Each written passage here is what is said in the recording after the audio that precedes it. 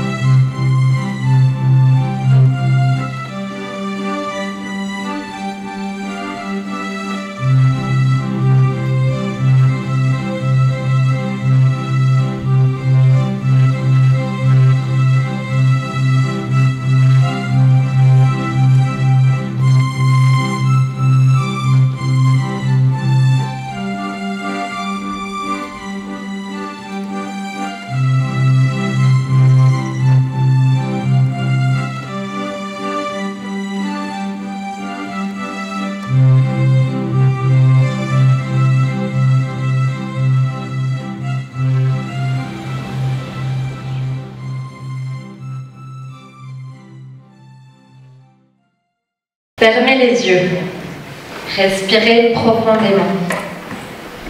Je vous invite à vivre une expérience immersive. Fermez les yeux, s'il vous plaît.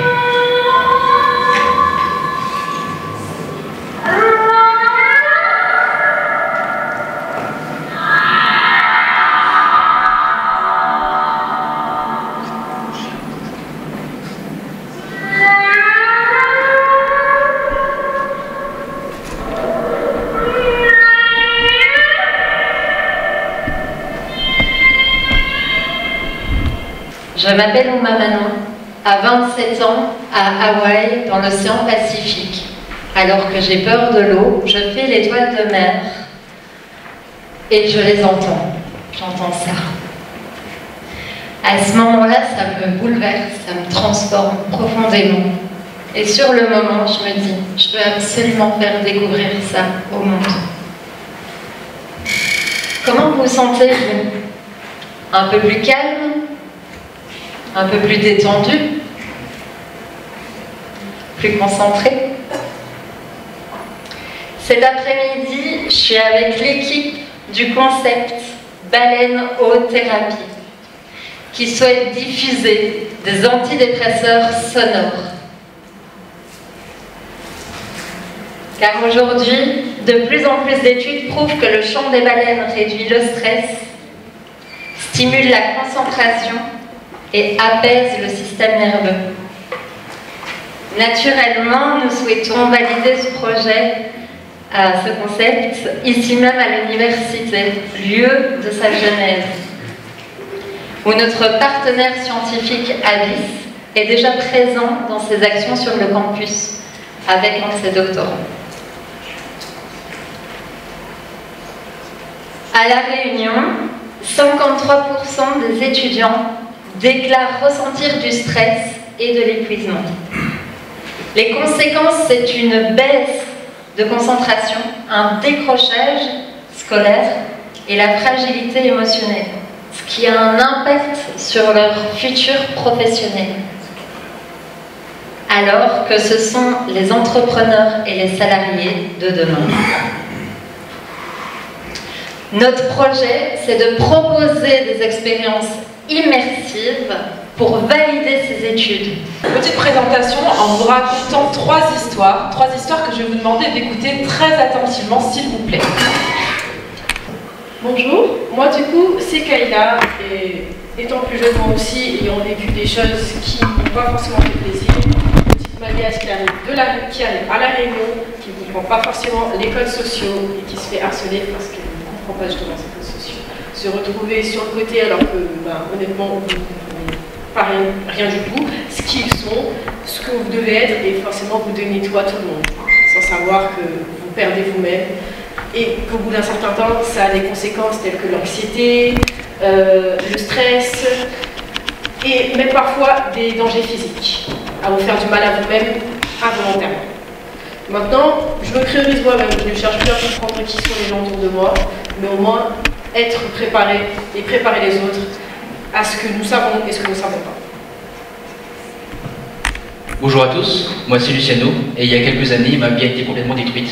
En fait, j'ai été victime d'un incendie dans mon appartement, et ça a complètement chamboulé mon parcours, que ce soit personnel et professionnel. Et donc, j'étais perdu, je me sentais totalement seul, et j'étais complètement décroché au niveau professionnel. Il m'a fallu beaucoup de temps pour pouvoir me remettre au niveau professionnel, pour me remettre sur la scène. Et j'aurais aimé à ce moment-là, dans cette prise de recul, il m'a pris du temps, pouvoir justement prendre conscience de ça et être accompagné, être soutenu. Bonjour, moi je m'appelle Kim Touvenin et j'ai travaillé 3 ans dans un studio de production de webtoon qui s'est fermé aujourd'hui, qui s'est fermé en avril. Et je vous allez me demander c'est quoi le webtoon. Et moi je vais vous répondre tout de suite. Le webtoon, du coup, on est sur un format de bande dessinée numérique. Bande dessinée numérique qui vient se scroller sur un téléphone. Vous allez faire le petit mouvement universel que tout le monde connaît. Moi je me suis rendu compte en travaillant chez Beyond Stories, du coup le webtoon il est lu par les jeunes, je me suis rendu compte qu'il y avait un autre problème qu'on connaissait aujourd'hui en discutant avec les institutions, les entreprises privées, et même plus ou moins toutes les personnes autour de nous qui travaillent dans le milieu professionnel, que c'était super compliqué de toucher les jeunes, de pouvoir communiquer avec eux. Je viens avec une solution qui est très simple, le webtoon de communication. Le webtoon de communication, c'est très simple. On vient travailler du coup un format de communication à travers le webtoon avec des déclinaisons réseaux sociaux pour proposer quelque chose à la fois pédagogique et innovant. Un petit cas d'usage, donc j'ai travaillé en 2024 du coup sur le projet du département Arrêtexa, sur un projet de webtoon, donc vous pouvez voir quelques planches ici. On avait du coup le webtoon, la partie déclinaison réseaux sociaux et un suivi technique aussi. Truc pas cool, mais truc nécessaire. En application en métropole, du coup, il y a eu 2 webtoons qui sont sortis, donc qui sont liés au harcèlement notamment, donc harcèlement scolaire, cyberharcèlement, et des thématiques qui sont lourdes à porter, des thématiques qui sont compliquées à raconter aux jeunes. C'est des thématiques qui sont fortes et c'est des thématiques qui sont importantes à aborder également à la Réunion. En termes de marché, en métropole, du coup, je vais essentiellement être placée du coup en concurrence avec Moclet, du coup, qui est un studio de webtoon, de localisation, de traduction, mais également de production de webtoon, à Your Comics et une dizaine d'autres agences qui font de la bande dessinée de communication sur le territoire hexagonal, et évidemment notre meilleur ami, notre pire ennemi, Midjourney, l'IA. Moi, la solution que je vous propose, du coup, c'est Curie Studio. On vient travailler des histoires, on vient travailler du local, on vient travailler quelque chose qui a de l'importance, on vient travailler du tissu économique, du coup, réunionnais. On vient travailler avec, du coup, de la formation des acteurs réunionnais en partenariat avec les acteurs de métropole. Merci beaucoup.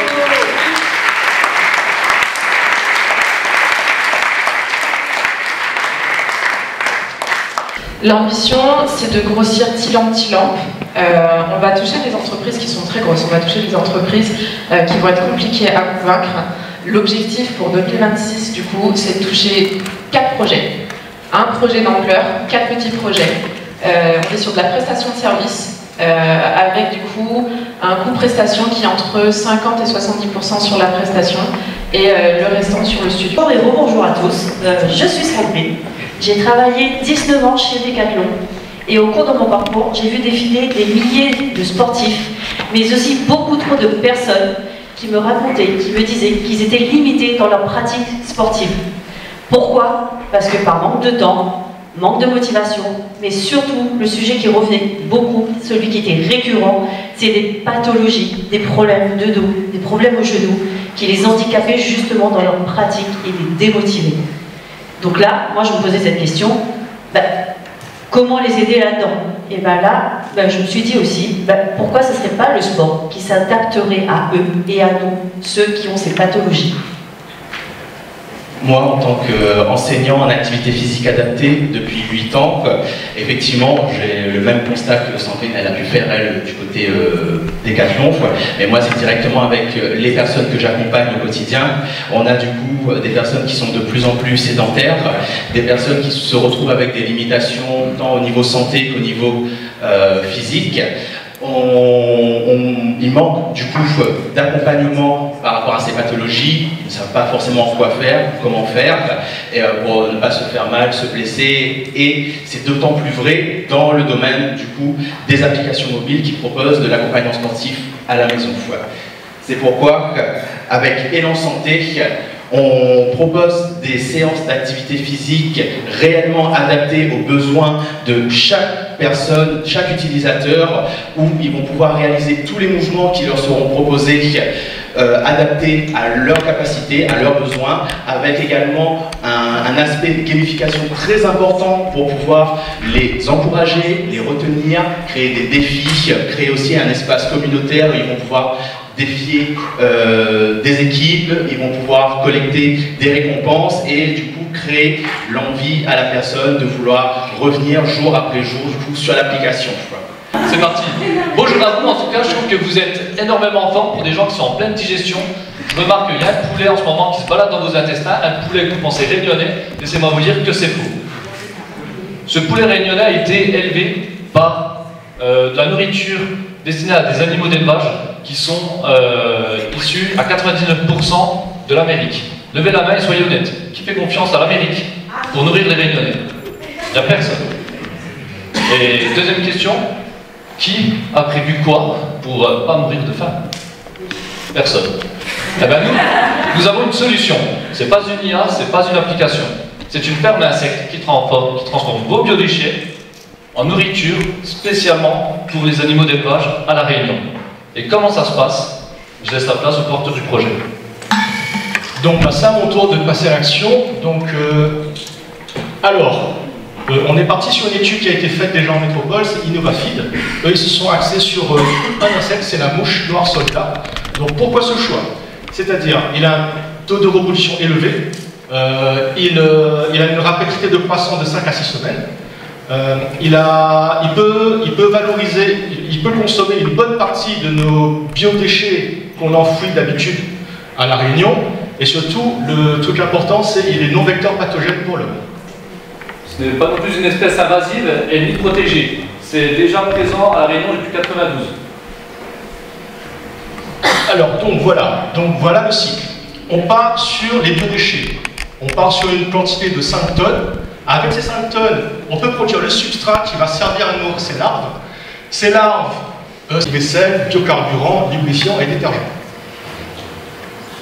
Donc le marché et les utilisateurs qu'on vise. Donc actuellement à La Réunion, nous avons 2700 éleveurs, dont les 3 cheptels importants, c'est le cochon. Tout le monde y mange cochon, tout le monde aime cochon, tout est bon dans le cochon. Donc ensuite, nous avons le poulet, parce qu'on mange beaucoup de bœuf aussi. Et ensuite, le bœuf. Ensuite, après, nous avons 7000 agriculteurs, donc là, tout confondu, les arbres fruitiers, les légumes, la canne à sucre. Et ensuite, après, nous, particuliers, si on aime bien planter les fleurs, les petits légumes du potager qu'on a à la maison. Et donc, cette production de produits alimentaires, d'engrais et de produits industriels à La Réunion, si on le fait en local, ça permet de faire une traçabilité en local et surtout un circuit éco-responsable de La Réunion. Ça participe justement à la dépendance à La Réunion. Donc, alors... Pour un rappel, globalement, comment ça se passe? Les engrais, l'huile et les farines protéinées. Ensuite, pour les chiffres. David. Ah, les chiffres. Bon, pour le moment, nous n'avons pas de modèle économique. Cependant, faut le dire. Cependant, on a fait un benchmark. Voilà, on a constaté qu'il y avait des entreprises analogues qui menaient des activités autour des insectes et qui avaient une marge brute il reste à moitié. Une marge brute de 30%. Donc c'est une activité qui est rentable. Et nous, on se dit qu'on va chercher à faire les choses de façon progressive. Donc d'abord s'entourer de techniciens, d'agronomes, voir avec le CIRAD, voir avec l'ADEME pour essayer de construire et crédibiliser le projet sur le plan technique. Une fois qu'on a fait ça, on a prévu de faire un petit labo de 25 mètres carrés pour tester la faisabilité, la valider et ensuite constituer des échantillons. Partir avec ces échantillons, faire du démarchage et c'est à ce moment-là qu'on envisage d'établir le modèle économique et de valider des débouchés, puisqu'il y a plusieurs débouchés, l'alimentation humaine, l'alimentation animale, les fertilisants et bien d'autres. Donc c'est une fois qu'on aura expérimenté dans un petit labo de 25 mètres carrés, on pourra se projeter un peu plus sur le modèle économique.